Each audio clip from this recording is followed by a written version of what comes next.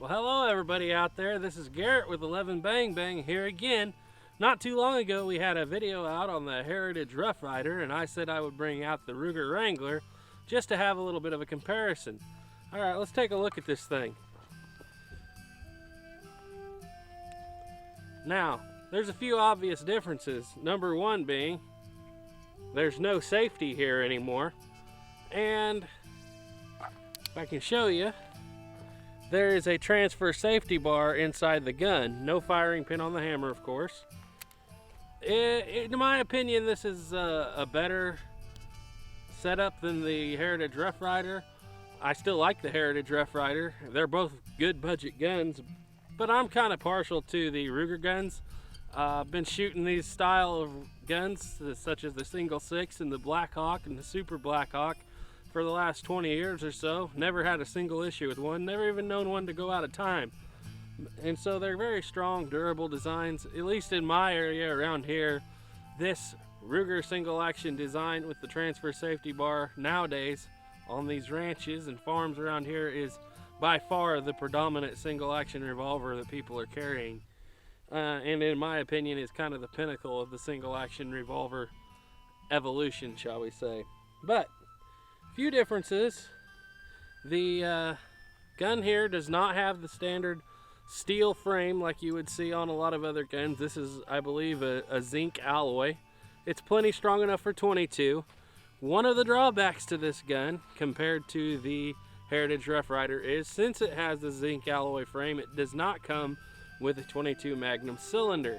So if you want a 22 Magnum, you're either going to have to go with the Rough Rider or spend a few extra dollars and go with the true king of the single action 22s, in my opinion, and that would be the Ruger Single 6. But for what this is, you know, it's a little $200 to $250 gun. That is an excellent revolver. It's accurate. It's got a great finish. As you can see, we've had this gun around. It actually belongs to my little brother Noah, and he's had it around for a couple years. It's got a little bit of holster wear on it, but he carries it all the time. Now, few things.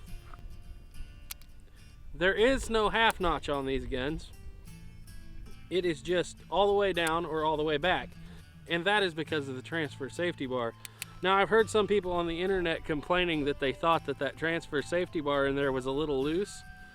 I wouldn't worry about it. Like I said, any gun can break, of course, but my uncle had one of these before I was born. It was Ruger Single 6, same action basically.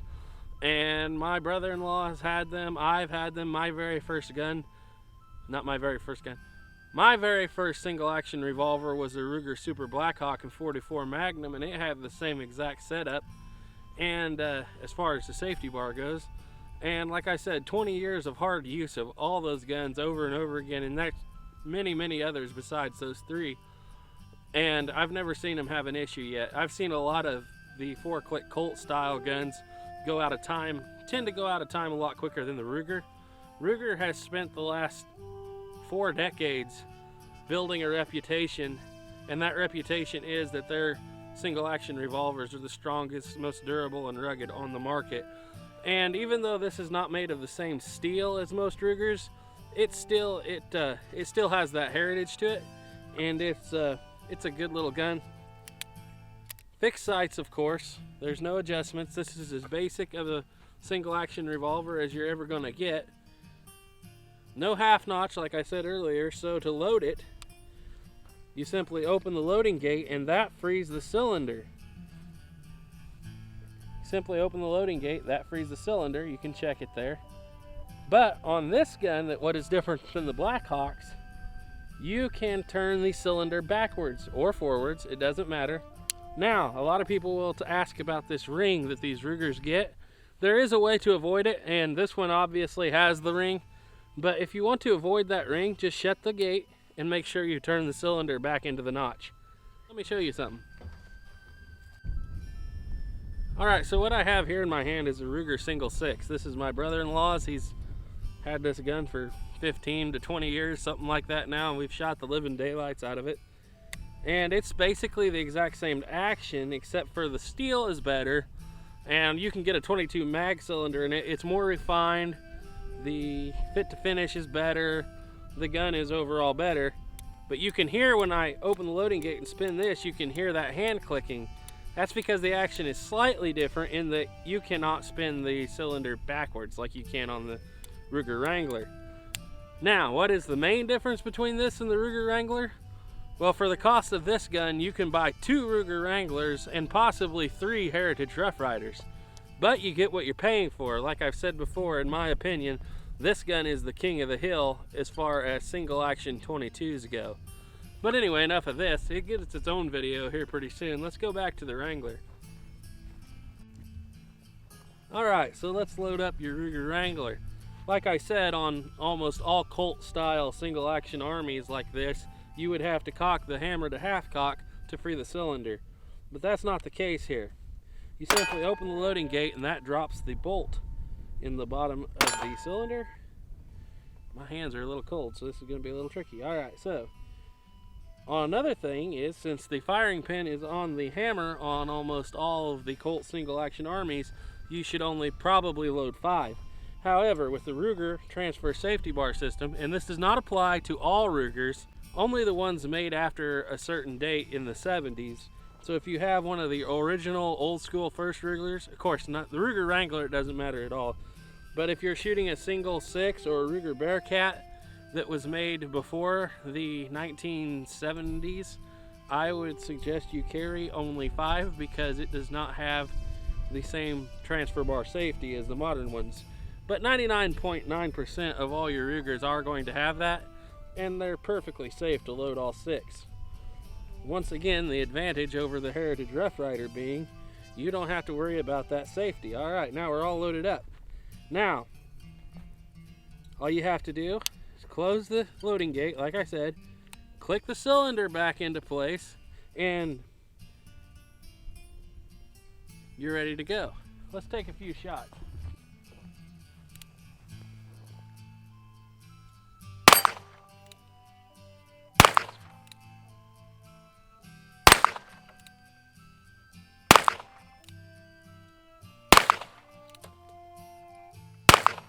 Yeah, that one on the left is gonna elude me. And click. Alright, so now we're unloading, and this is where this reversible cylinder comes in really handy. See, now supposing I was ejecting these shells and I happen to miss that one and accidentally go on by to this one. Whoop. Now on any other gun I would have to circle the cylinder all the way back around to get back to that shell. But on this gun, since it spins backwards, you can just reverse the cylinder and go back in there. And you wouldn't believe how many times in real life that actually does happen. And so yes, that reverse spinning cylinder is handy. Let's load her back up.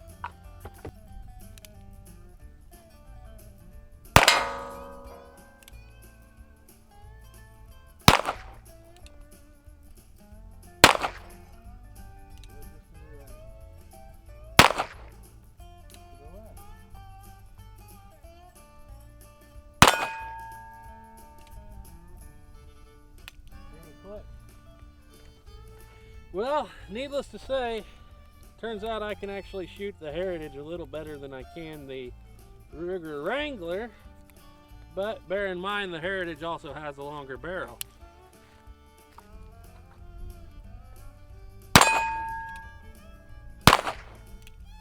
Actually hit that.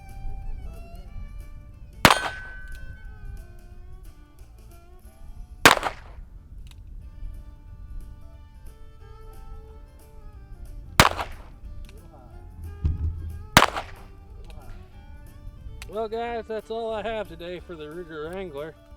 In my opinion, I do enjoy the looks and the style of this gun better than the Heritage.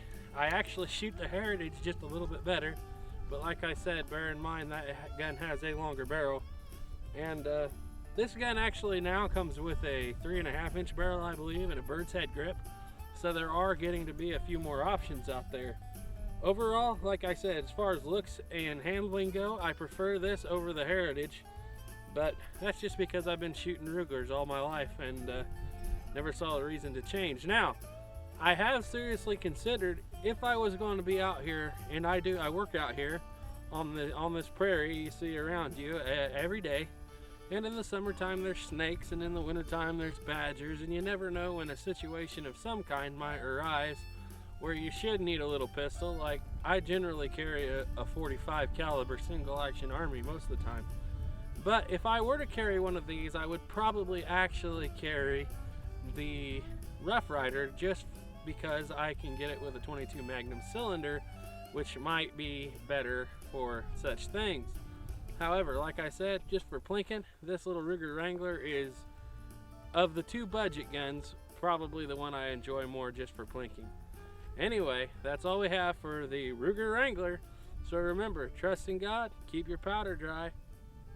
Keep your powder dry. Trust in God. Trust in God, keep your powder dry.